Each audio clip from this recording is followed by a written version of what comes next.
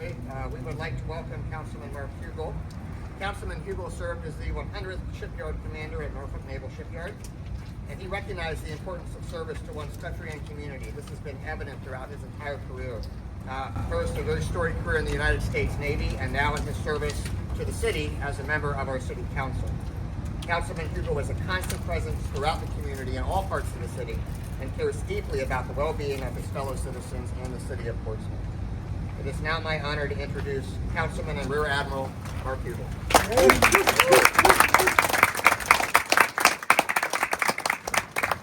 afternoon, everybody. Good afternoon. Thank you for the low-key response. The mayor is the energy, and I'm the stability.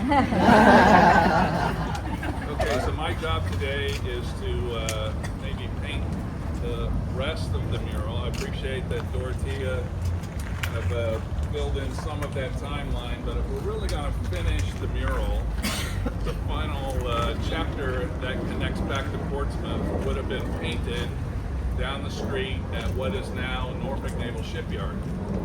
So it's been said, then Captain Dale was selected to be the very first shipyard commander at what was then Gosport Navy Yard. But really to share that history, I had to put all of it in a little bit of context.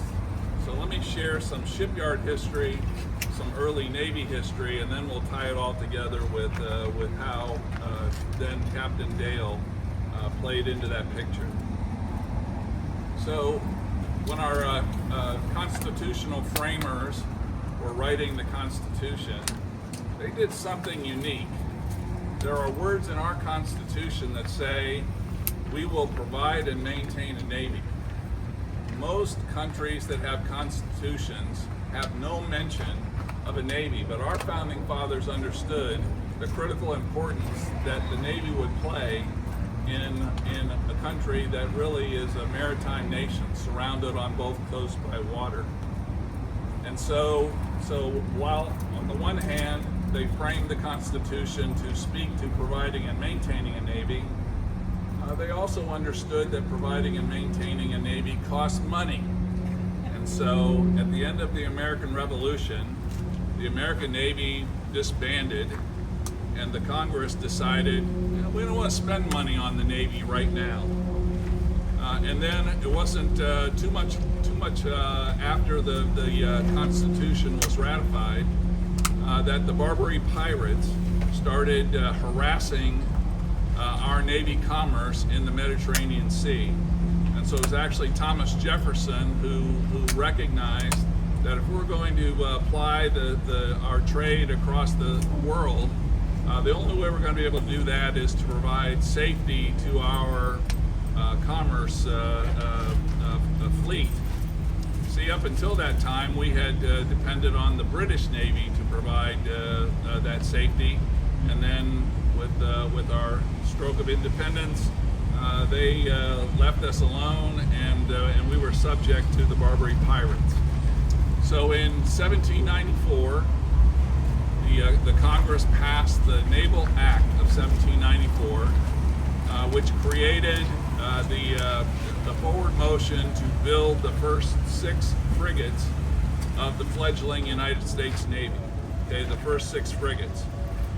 But because Congress came from all of the colonies, there was, just like today, a desire inside of Congress to spread the wealth and spread the work.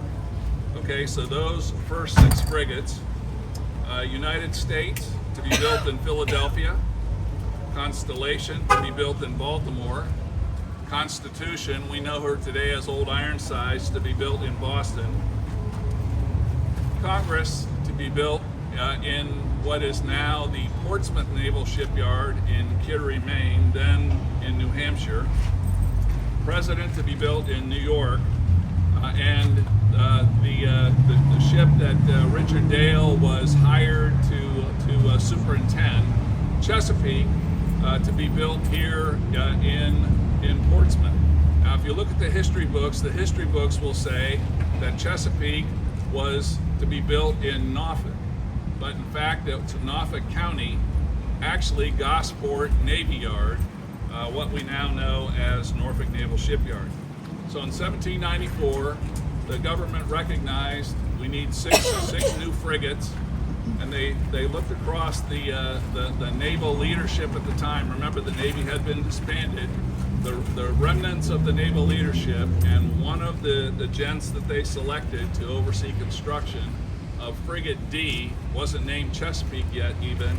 Frigate D was Captain Richard Dale. So as Dorothea outlined, the call, not exactly a call, but the news went out to Captain Dale to move from Philadelphia to the Gosport Navy Yard to begin construction of Frigate D.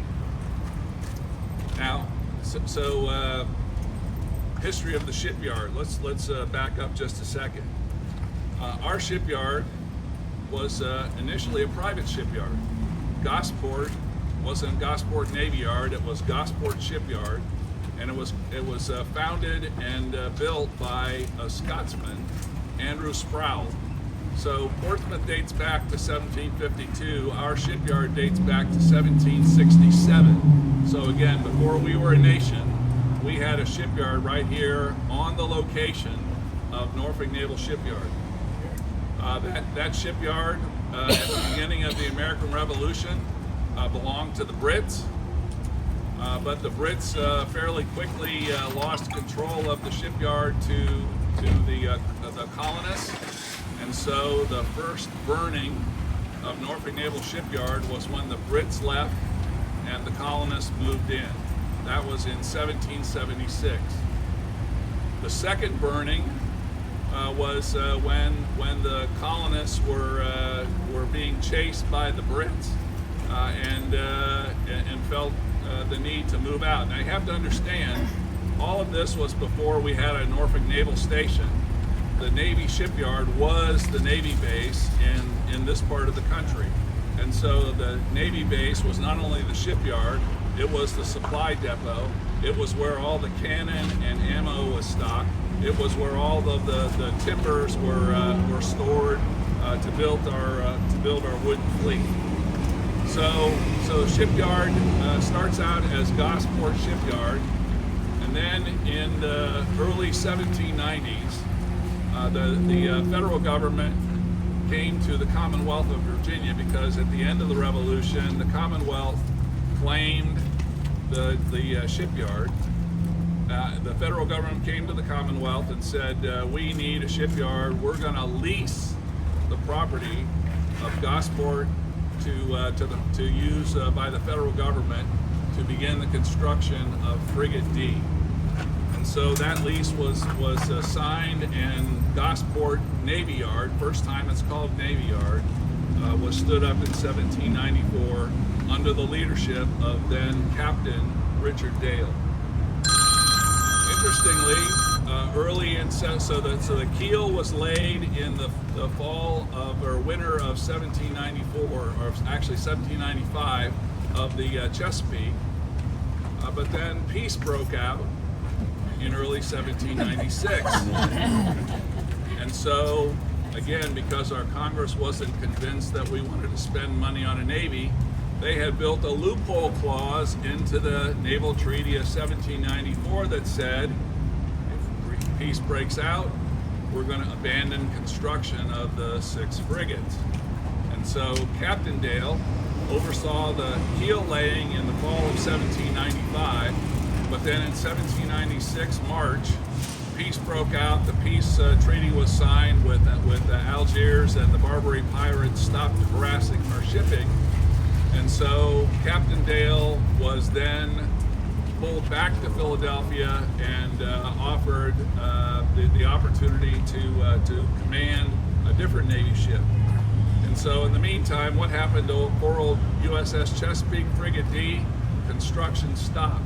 The keel was laid, construction stopped, Richard Dale left, and things were paused until the late 1790s when, once again, the Brits started harassing our commerce shipping, and the Congress decided, okay, maybe we should go ahead and finish out the construction of those 6 frigates.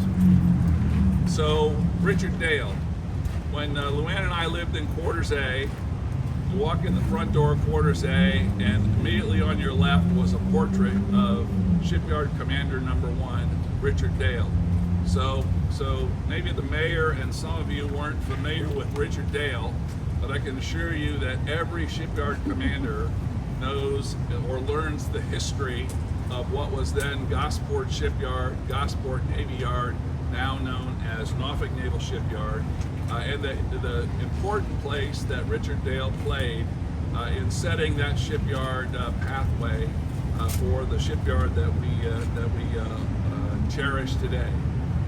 And so, to wrap things up, I want to extend our thanks to Support Portsmouth Public Art and Sam Welty for capturing this piece of local history.